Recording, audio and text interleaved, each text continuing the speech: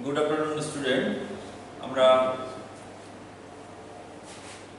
যে স্টিরিওকেমিস্ট্রি শুরু করেছিলাম, আজকে আমি এটাকে শেষ করব আমাদের আলোচনা। আমরা আগের দিন ক্লাসে আরএস নোমেনক্লেচার সিআইপি রুল অনুযায়ী আমরা আলোচনা করেছিলাম কিছু উদাহরণ সহ। আজকে আমরা ইনানশিওমারের ফিজিক্যাল প্রপার্টিজ একটা পার্ট আছে, সেটা হচ্ছে অপটিক্যাল প্রপার্টিজ। এই অপটিক্যাল প্রপার্টিজ নিয়ে আলোচনা করব।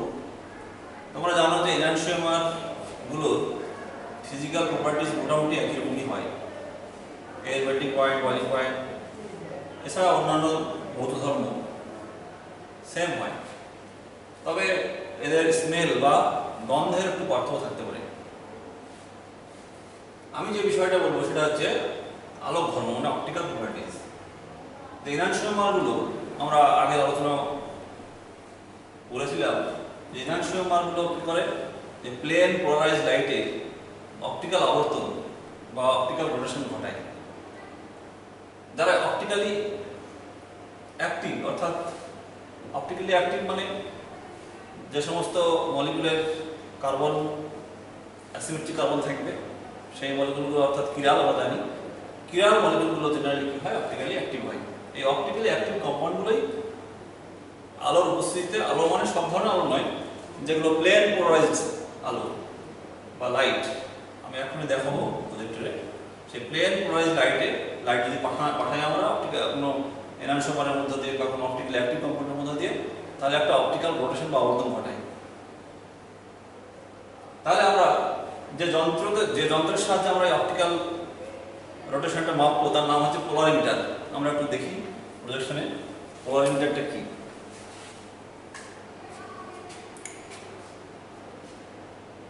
তার আগে আমরা একটু বলে নিই কথা, যে প্লেন পোলারাইজড লাইট জিনিসটা কি। প্লেন পোলারাইজড লাইট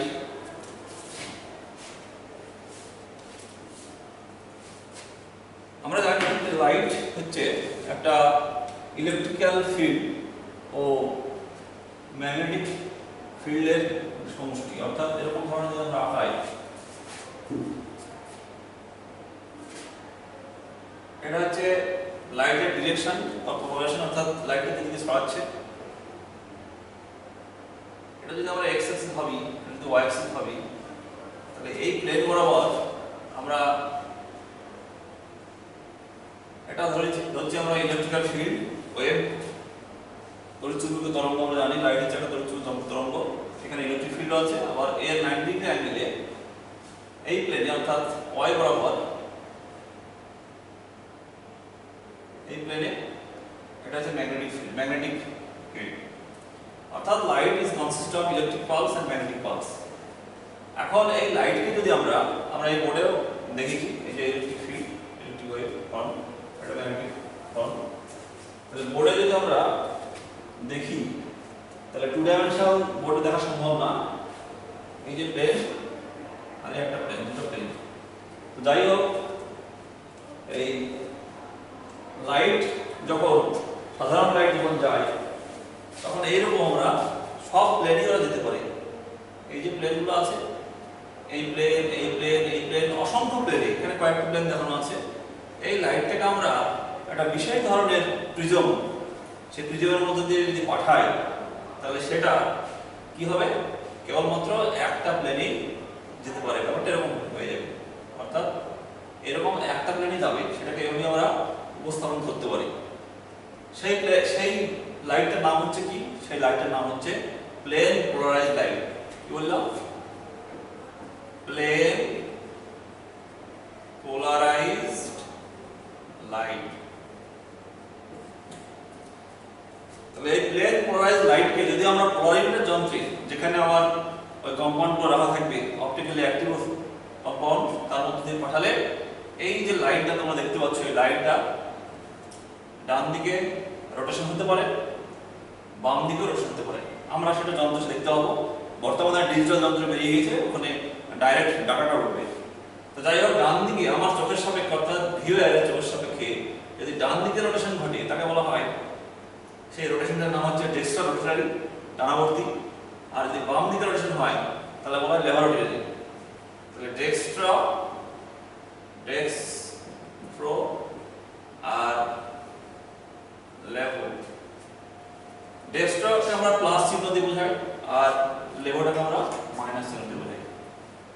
তাহলে এই ব্যাপারগুলো খেয়াল রাখতে হবে, অর্থাৎ যখন অপটিক্যাল রোটেশনটা হবে দুরকম হতে পারে, প্লাস বা ডেক্সট্রো, মাইনাস বা লেভো। আমরা এরপরে স্লাইডে পোলারিটির যন্ত্রটাকে দেখব। এটা প্লেন পোলারাইজড লাইট, আমি যেটা বোঝানোর চেষ্টা করলাম বোর্ডে সেটা এখানে দেওয়া আছে। দেখো এখানে ডিরেকশন অফ গ্লোবাল প্রপাগেশন আছে, অসিলেটিং ইলেকট্রিক ফিল্ড।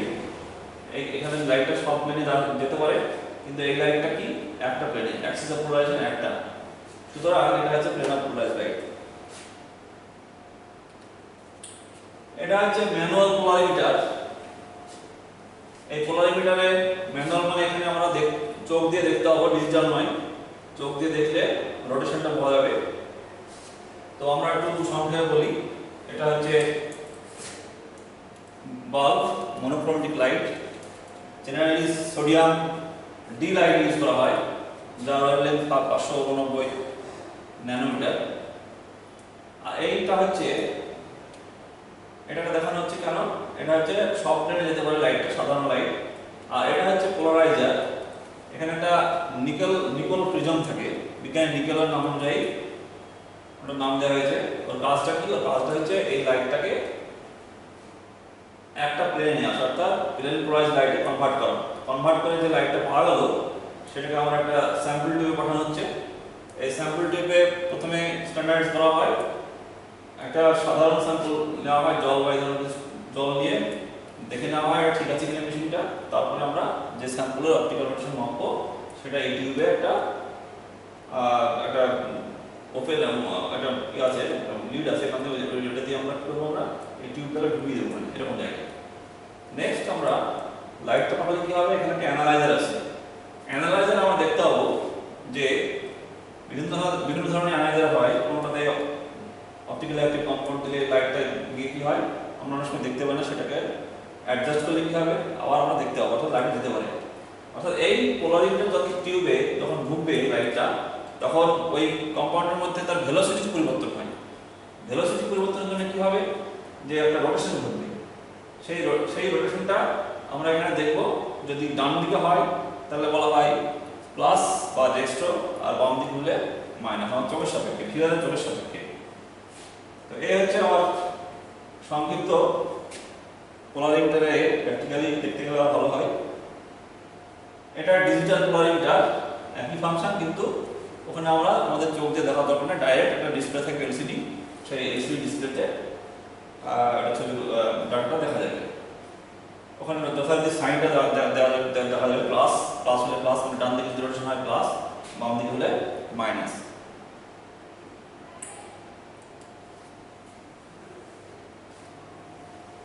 হ্যাঁ, পোলারিমিটারের এখানে আরেকটা আমাদের স্লাইড আছে, দেখতে পাচ্ছি এখানে আরো ক্লিয়ারলি দেখানো আছে।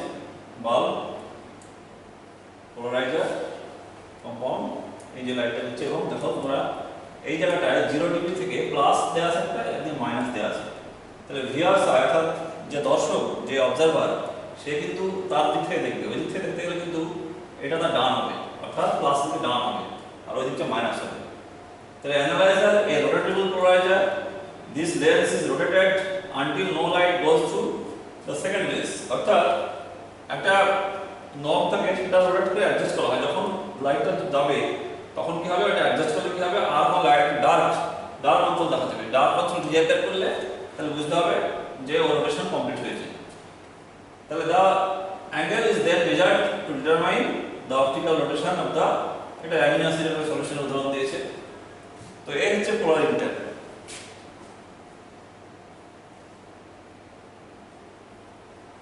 নেক্সট আমরা দেখব স্পেসিফিক রোটেশন। স্পেসিফিক রোটেশনটা কি, যে যখন আমরা একটা পোলারিমিটার যন্ত্রে একটা এনানসিওমার বা একটা অপটিক্যালি অ্যাক্টিভ কম্পাউন্ডের অপটিক্যাল রোটেশন মাপবো, তখন যে রোটেশনটা পাওয়া যাবে সেটাকে বলা হয় অবজারভেশন। কি বলা হয়, এটাকে বলা হয় অবজারভেশন। এই আলফা অবজার্ভ থেকে আমরা স্পেসিফিক রোটেশন পেতে পারি। এটাকে স্পেসিফিক রোটেশন বলে। এটা সোডিয়াম ডি লাইনের সাপেক্ষে টেম্পারেচার, যে আমি যে টেম্পারেচারে আমি পরীক্ষাটা করছি বা অপটিক্যাল রোটেশনটা মেজারমেন্ট করছি সেই পরীক্ষার তাপমাত্রা, তো সেটা মানে কি তাহলে alpha observe by C. C মানে কি কনসেন্ট্রেশন, কনসেন্ট্রেশন মানে গাঢ়ত্ব, সেটা কিসে দেওয়া আছে গ্রাম পার এমএল এ দেওয়া থাকবে, এটা খেয়াল রাখতে হবে।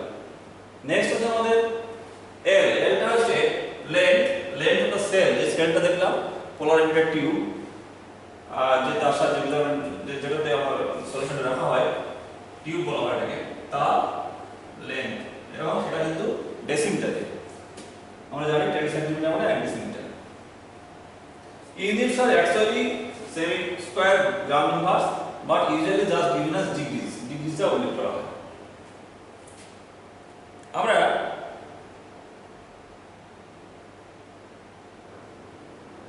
এখানে কি ধরনের প্রশ্ন আসতে পারে, এখানে হয়তো তোমার কোনো প্রবলেম যদি দেওয়া থাকে যে সলিউশনের গাঢ়ত্ব দিয়ে দিল, লেন্থ টিউবের লেন্থটা দেওয়া আছে ডিএমএ অর্থাৎ ডেসিমিটারে, এবং আলফা অবজার্ভার ওটা বলা থাকবে, তাহলে ওটা তিনটে দেওয়া থাকলে আমরা সহজে কিন্তু স্পেসিফিকেশনটা বের করতে পারবো। এটা আছে এনার্জি এক্সেস। এটা আমার হচ্ছে নেক্সট সেকশন যেটা আমি আলোচনা করব সেটা বলার পর এটা বলবো।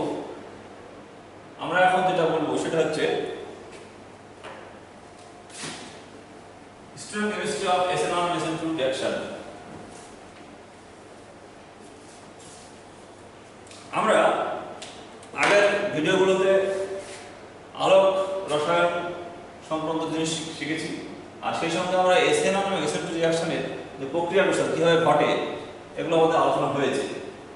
তো সেখানে আমরা দেখেছি যে SN2 রিঅ্যাকশন একটা ধাপে সম্পন্ন হয়, অর্থাৎ one step reaction, that is concerted reaction. আর অন্যদিকে SN1 রিঅ্যাকশনটা হচ্ছে কি টু স্টেপ রিঅ্যাকশন, অর্থাৎ ইউনিমলিকুলার টু স্টেপ রিঅ্যাকশন। তাহলে এই রিঅ্যাকশনে তাদের কনফিগারেশনে কিরকম পরিবর্তন হবে সেটা আমরা এই প্রজেকশনে দেখাবো। প্রথমে আমরা SN2টা দেখি। SN2 তে তোমরা দেখতে পাচ্ছ যে আমরা আগেই জানি যে SN2 এর মধ্যে রিঅ্যাক্টিভিটি সবথেকে বেশি প্রাইমারি, তারপরে সেকেন্ডারি, তারপরে টারশিয়ারি। এবং এটাও বলেছিলাম যে SN2 রিঅ্যাকশনগুলো স্টেরিক হিন্ড্রান্স সেনসিটিভ, অর্থাৎ যে মলিকুল বা যে সাবস্ট্রেটে স্টেরিক হিন্ড্রান্স বেশি থাকবে, সেখানে কিন্তু SN2টা ভালো ঘটতে পারে না।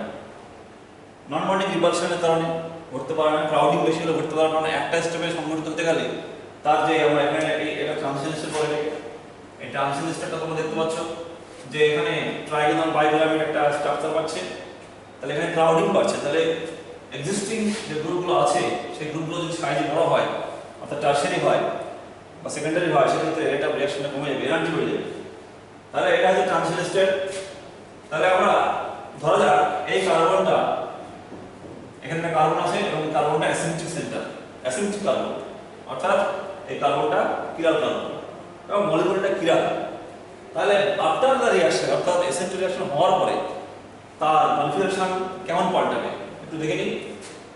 যে এটা নিউক্লিওফাইল, এখানে OH মাইনাস আছে নিউক্লিওফাইল, তাহলে এই OH মাইনাসটা ব্যাক সাইড অ্যাটাক করবে, আমরা জানি ব্যাক সাইড অ্যাটাক করবে।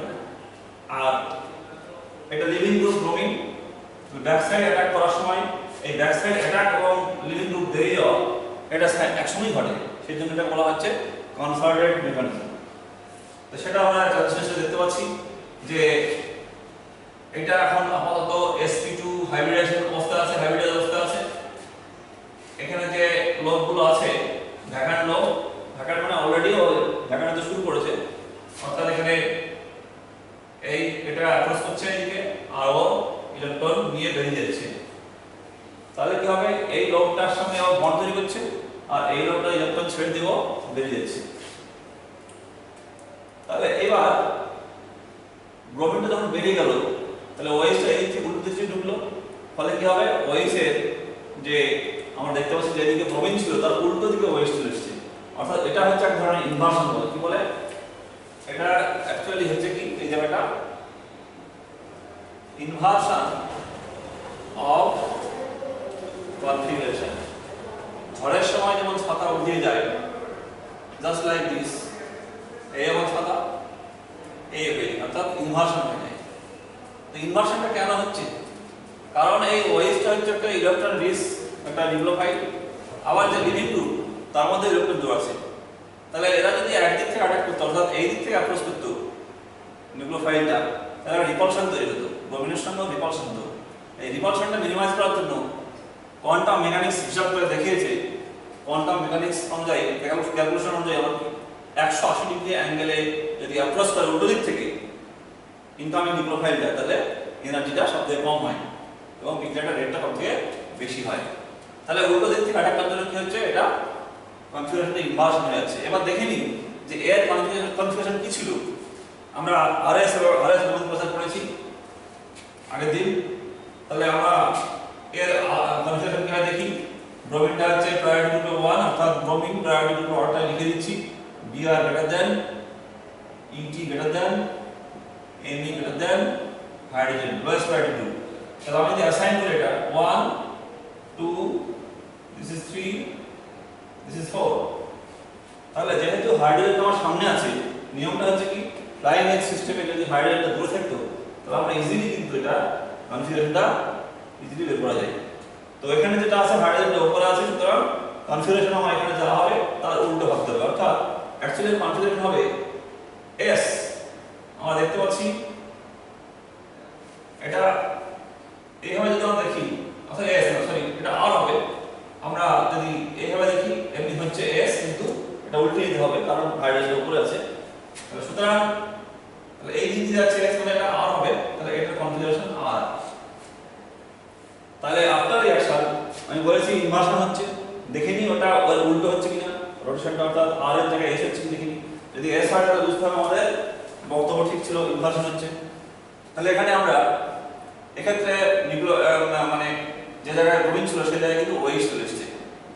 আমরা ধরে নিচ্ছি এই রিঅ্যাকশনে ধরা আছে যে যেটা ইনকামিং নিউক্লিওফাইল তার যে প্রায়োরিটি সেটা প্রায়োরিটি গ্রুপে হাইয়েস্ট আছে, অর্থাৎ ওখানে যে বেরিয়ে গেছে লিভিং গ্রুপটা তার প্রায়োরিটি কিন্তু একই ছিল, আবার ইনকামিং গ্রুপের যে প্রায়োরিটি সেটাও কিন্তু একই থাকবে। তাহলে সেক্ষেত্রে আমার কি হবে, এই শর্তে কিন্তু কনফিগারেশনটা উল্টো হবে, অর্থাৎ 1 2 3 এইদিকে মানে যেহেতু হাইড্রোজেন উপরে আছে সেজন্য আমরা ভাববো এটা তাহলে S হবে, S হবে।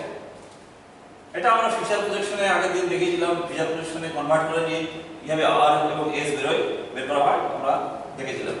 তো আমরা যদি এখানে হিসাব করে দেখি যে এটা ভার্টিক্যালি আছে ET OS, আর এই দুটো হচ্ছে কি হাইড্রোজেনটা এইদিকে থাকছে, এমিটা এইদিকে আছে।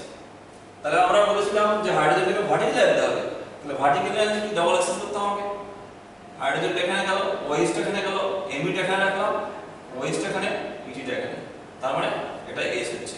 তাহলে আমাদের যে সাপোজিশন প্রপোজিশন এটা কিন্তু ঠিক ছিল, R এবং S। তাহলে উল্টে যাচ্ছে কনফিগারেশন, সেজন্য বলা হচ্ছে SN2 রিঅ্যাকশনে কনফিগারেশন কি হয়, বিক্রিয়া ইনভার্সন হয়, উল্টে যায়। হ্যাঁ, শব্দটা কি যে মনে রাখতে হবে, এই যে লিভিং গ্রুপটা প্রায়োরিটি গ্রুপে সেখানে একই ছিল, আর যে ইনকামিং গ্রুপ তারও কিন্তু প্রায়োরিটি অর্ডারটা একই থাকতে হবে, সেই শর্তে কিন্তু ইনভার্সনটা হবে, মানে কনফিগারেশনটা উল্টো হবে।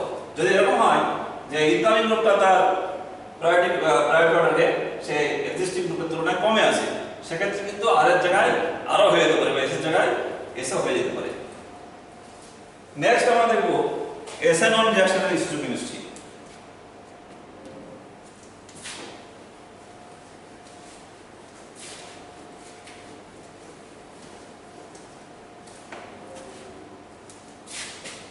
SN1 রিঅ্যাকশন আমরা জানি যে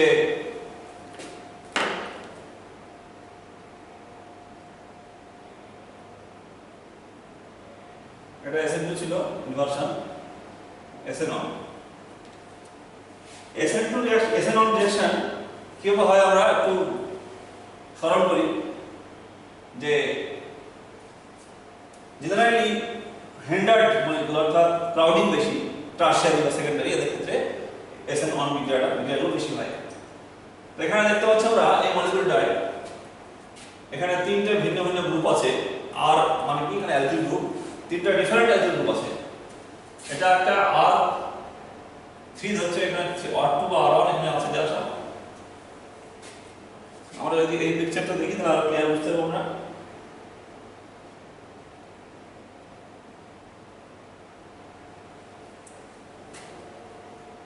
এখানে কি আছে ET এখানে AB এখানে H এখানে BR এটা একটা সেকেন্ডারি হ্যালাইড তাহলে আমরা জানি যে SN1 রিঅ্যাকশনটা দুটো ধাপে ঘটে এটা একটা ইউনিমলিকুলার রিঅ্যাকশন প্রথমে কি হয় কার্বোকার্বন তৈরি করে সেই ধাপটা হবে স্লো প্রথমে আয়নটা এখানে ভেঙে যাবে পোলার প্রোটিন দ্রবকের উপস্থিতিতে এটা আয়নাইজ হবে যে আয়নাইজ হয়ে কি হবে এটা আয়ন পেয়ার তৈরি করবে আয়ন পেয়ারের পর কি হবে সলভেন্টের উপস্থিতিতে ওটা পুরোপুরি কমপ্লিট ভেঙে যাবে বিয়োজিত হয়ে যাবে দিয়ে এরকম কার্বোহাইড্রেট থাকবে আমরা এটা দেখেছিলাম তারপরে সেকেন্ড স্টেপ কি হবে সেকেন্ড স্টেপে নিউক্লিওফাইল এখানে নিউক্লিওফাইলটা ওএইচ আছে নিউক্লিওফাইলটা কি করবে নিউক্লিওফাইলটা সেকেন্ড স্টেপ অর্থাৎ এখানে আমি দেখি অলরেডি লিখে ফেলেছি এই নিউক্লিওফাইলগুলো অ্যাটাক করবে এখন এখানে ভালো করে দেখো যে কার্বনটা কিন্তু এটা প্লাস চার্জ আছে এখানে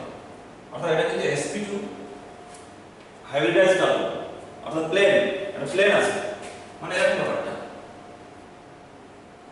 প্লেন তো প্লেনের দুটো ফেস আছে তাহলে একটা প্লেনের দুটো ফেস থাকে এই একটা ফেস আর এই একটা ফেস তাহলে দুটো ফেস থেকে কিন্তু দুদিক থেকে কিন্তু নিউক্লিওফাইল অ্যাটাক করতে পারে তো অর্থাৎ দুদিক থেকে অ্যাটাক করা যদি হয় তাহলে সম্ভাবনা কেমন হয় এইদিকেও 50% হবে এইদিকেও 50% হবে দুটো প্রবাবিলিটি আছে এটা থিওরিটিক্যালি বলছি বাস্তবে অনেক সময় অন্য কথা বলে যে আমি থিওরিটিক্যালি বলতে পারি যে একটা প্লেনার যে অবস্থা আছে এই ইন্টারমিডিয়েটটা সেটা ওএস যে মাইনাস অর্থাৎ নিউক্লিওফাইলটা 50% প্রবাবিলিটিতে যদি অ্যাটাক করতে পারে তাহলে প্রথমে দেখছি এটা কি হয়ে দেখি প্রথমে যেটা তৈরি হলো নিশ্চয় এই দিকে অ্যাটাক হয়েছে অর্থাৎ যেদিকে ব্রোমিনটা ছিল লিভিং গ্রুপটা ঠিক সেই দিক থেকে অ্যাটাক হয়েছে এখানে দুটো লোব আছে p অরবিটাল আছে আনহাইব্রিডাইজড p অরবিটাল এই p অরবিটালের a অরবিটাল থেকে a অ্যাপ্রোচ করতে পারে অথবা এই দিক থেকে অ্যাপ্রোচ করতে পারে যদি এই দিক থেকে অ্যাপ্রোচ করে ফ্রন্টাল সাইড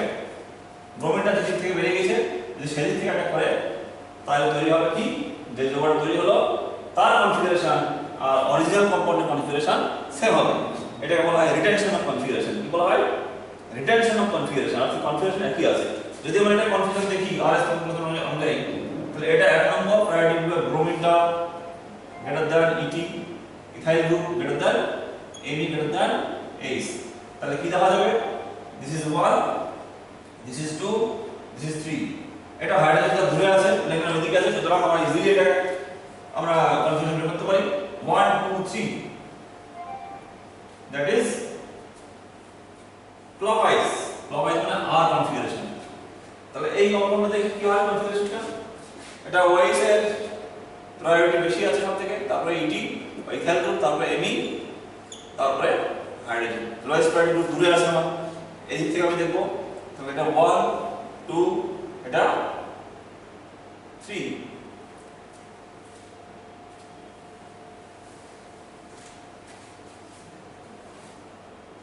এই ছবিটা একটু সমস্যা হবে পরের ছবিটা দেখি এখানে একটা গন্ডগোল দেখা যায় ছাপানোতে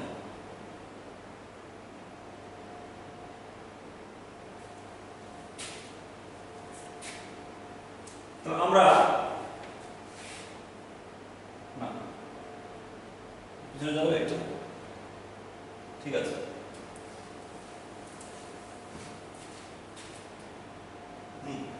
তাহলে 1 2 3 তার মানে হ্যাঁ ঠিক আছে তাহলে আর হচ্ছে অর্থাৎ এই জায়গাটা আমাদের আমরা কি লিখব রিটেনশন অফ কনফিগারেশন রিটেনশন একই থাকলো এবার নেক্সট আমরা দেখব যে যদি এই ওএইচ মাইনাসটা এই দিক থেকে অ্যাটাক করে তাহলে কি হতো 50% প্রবাবিলিটি অ্যাটাক করবে তার মানে কনফিগারেশনটা এরকম হবে অর্থাৎ ব্রোমিনটা যেদিকে ছিল তার উল্টো দিকে চলে এসেছে অর্থাৎ ইনভার্সন হয়েছে যেটা দেখলাম আমরা এসএসতে এই যে এই ওএইচটা এদিকে আছে তার মানে আমরা যদি আমরা কনফিগারেশন বের করি তাহলে 1 2 3 হাইড্রোজেন দূরে আছে সমস্যা নেই, তাহলে 1 2 3 এটা হচ্ছে কাউন্টার ক্লকওয়াইজ। কাউন্টার ক্লকওয়াইজ মানে কি, যে ঘড়ি কাঁটার উল্টো দিকে, সেটা হলে ওটা ছিল আর, তাহলে এটা এস হবে। তাহলে এখানে কি ঘটলো, এখানে ইনভার্সন হলো। তাহলে 50% রেজিস্ট্যান্স আর 50% এটা 50% হয়েছে, এটা 50% হয়েছে থিওরিটিক্যাল। তাহলে একসঙ্গে দুটো প্রোডাক্ট পাওয়া যাচ্ছে, দুই রকম পাওয়া যাচ্ছে, একটা 50% এটা আর একটা 50% এটা, অর্থাৎ দুটো এনার্জিমান পাওয়া যাচ্ছে। তাহলে এই দুটোর ইকুয়াল মিশ্রণ, এদের অপটিক্যাল অ্যাক্টিভিটি কি হবে, এই মিশ্রণের অপটিক্যাল অ্যাক্টিভিটি কিন্তু জিরো হয়ে যাবে। কেন, 50% আর 50% এস, এদের অপটিক্যাল রোটেশনটা জাস্ট উল্টে যাবে, এটা হবে আর উল্টো হবে। তাহলে এদের মিক্সচারটাকে বলা হয় র্যাসিমিক মিক্সচার। কি বলা হয়, র্যাসিমিক মিক্সচার। এই দুটোর 50% মিশ্রণকে বলা হয় র্যাসিমিক মিক্সচার বা র্যাসিমিক মিশ্রণ। আর এই প্রসেসটার নাম হচ্ছে র্যাসিমাইজেশন। সেজন্য বলা হচ্ছে যে SN1 reaction involves racemization। বাস্তবে কিন্তু অনেক ক্ষেত্রে দেখা যায় যে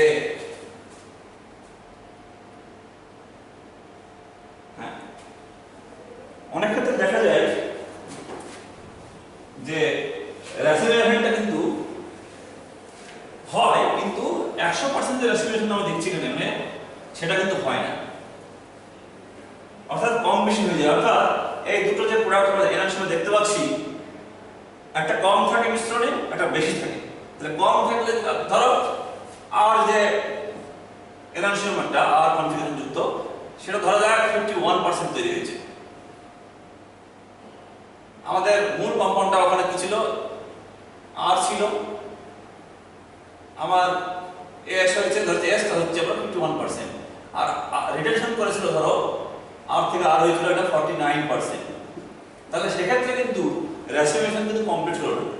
র্যাসিমাইজেশন কি হবে, যে এখানে লিমিটিং যে পার্সেন্টেজ সেটা হচ্ছে আর এর, তাহলে 49 আর ওর 49 এরা ইউটিলাইজ করে দেবে, দিয়ে কত হবে 98% র্যাসিমাইজেশন হচ্ছে। আর 100 মাইনাস 98 এটা এক্সেস থাকবে কোনটা, যেটা ইনভার্সন হচ্ছে, অর্থাৎ আর থেকে যেটা এস হচ্ছে 2% ইনভার্সন হচ্ছে, নেট ইনভার্সন বলে এটাকে। অর্থাৎ এটাকে বলা হয় এনানসিওমার এক্সেস। এনানসিওমার এক্সেস মানে কি, এনানসিওমার এক্সেস মানে হচ্ছে, আমি অলরেডি প্রজেকশনে দেখিয়েছিলাম একটু জায়গায়, সেখানে কি লেখা আছে d - l d + l। d মানে প্লাস রোটেশন, l মানে মাইনাস রোটেশন, এদের যে অপটিক্যাল রোটেশন পার্সেন্ট, সেই পার্সেন্টেজকে আমরা বিয়োগ করব। তাহলে এখানে 49 আর 51 এই দুটো বিয়োগ করলে 2 হয়, 2/100 * 100 মানে 2%। আমাদের এটা বলা হয় এনানসিওমার এক্সেস বা নেট ইনভার্সন হচ্ছে। তাহলে কেন হচ্ছে এরকম, এর ব্যাখ্যাটা কি? তাহলে তোমরা দেখছো যে এখানে কম্পাউন্ডটা আছে, কম্পাউন্ডটা থেকে কি হলো, এখানে প্রথমে যে ইন্টারমিডিয়েট তৈরি হলো, দুটো ফেজ আছে। অ্যাকচুয়ালি প্রথমে কি হয়, এটা যদি হ্যালাইড না হয়, প্রথমে কিন্তু আয়ন পেয়ার তৈরি করে। এই আয়ন পেয়ার কনসেপ্ট দিয়ে এটা ব্যবহার করা যাবে। এই আয়ন পেয়ার তৈরি করে একটা সলভেন্ট, এরকম সলভেন্ট করবে R + L-, তারপরে কমপ্লিট রিঅ্যাকশন হলে কি হবে, R + L- টা ও সলভেন্টে বেরিয়ে যাবে, পুরোপুরি বিচ্ছিন্ন হয়ে যাবে। তো এই আয়ন পেয়ার কনসেপ্টটা যদি আমরা বুঝতে পারি, তাহলে কিন্তু ওখানে কমপ্লিট রেসিপিয়েশন হলো না কেন সেটা পাওয়া যাবে। তো এখানে যখন প্রথমে আয়ন পেয়ার তৈরি হবে, তখন নিউক্লিওফাইল যেটা আসবে, ধরো এখানে নিউক্লিওফাইলে কি আছে, H2 আছে। এই H2 যখন অ্যাপ্রোচ করবে, তখন কিন্তু লিভিং গ্রুপটা সামনে থাকার জন্য ও এই দিক থেকে অ্যাপ্রোচ করতে পারবে না। এখানে তো আমার সিএলটা বসে আছে, দেখতে পাচ্ছ সিএল বসে আছে কিন্তু। তাহলে এই অবস্থায় কিন্তু ওয়াটারটা এই দিক থেকে অ্যাটাক করতে পারবে না, অর্থাৎ উল্টো দিক থেকে অ্যাটাক করবে, ইনভার্সনটা বেশি হবে। তাহলে ইনভার্সনটা প্রথমে বেশি হলো, তারপরে একটু পরে কি হবে, যখন আয়ন পেয়ারটা কমপ্লিট বিচ্ছিন্ন হয়ে গেল, তখন কার্বন আয়নটা ফ্রি হয়ে গেল। এই অবস্থায় নিউক্লিওফাইলটা দুদিক থেকে সমানভাবে অ্যাটাক করতে পারে। অর্থাৎ প্রথম দিকে কিন্তু ইনভার্সনটা বেশি হবে, আর পরের দিকে কিছুক্ষণ পরে কি হবে, 10⁻⁻8 সেকেন্ড এর মধ্যে কিন্তু ঘটনাগুলো ঘটে। তাহলে লাস্টে দিকে কি হবে, যে সমান হারে তখন ইনভার্সন এবং রিডাকশন হবে, ফলে র্যাসিমাইজেশন হয়ে যাবে তখন। সে কারণে সর্বদাই কি দেখা যাবে এই আয়ন পেয়ারের জন্য ঘটনাটা ঘটলো যে রেসিমিনেশনটা কোনো সময় 98%, কোনো সময় আরো কম হতে পারে রেসিমিনেশন, অর্থাৎ এনজাইমের এক্সিসটা আরো বেড়ে যেতে পারে। এটার কারণ কি? এটার কারণ হচ্ছে যে কার্বোহাইড্রেটটা এক্সিস্ট অ্যাজ আয়ন পেয়ারস, এই কারণে এই ঘটনাগুলো ঘটে কিছু কিছু ক্ষেত্রে।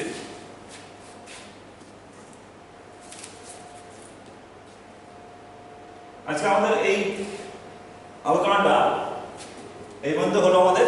নেক্সট ভিডিওতে আমরা এটা আমাদের পুরো কমপ্লিট শেষ হলো। নেক্সট ভিডিওতে আমরা শুরু করব এলিমিনেশন রিঅ্যাকশন, সেটা আমরা পরের ভিডিওতে দেখাবো। ঠিক আছে।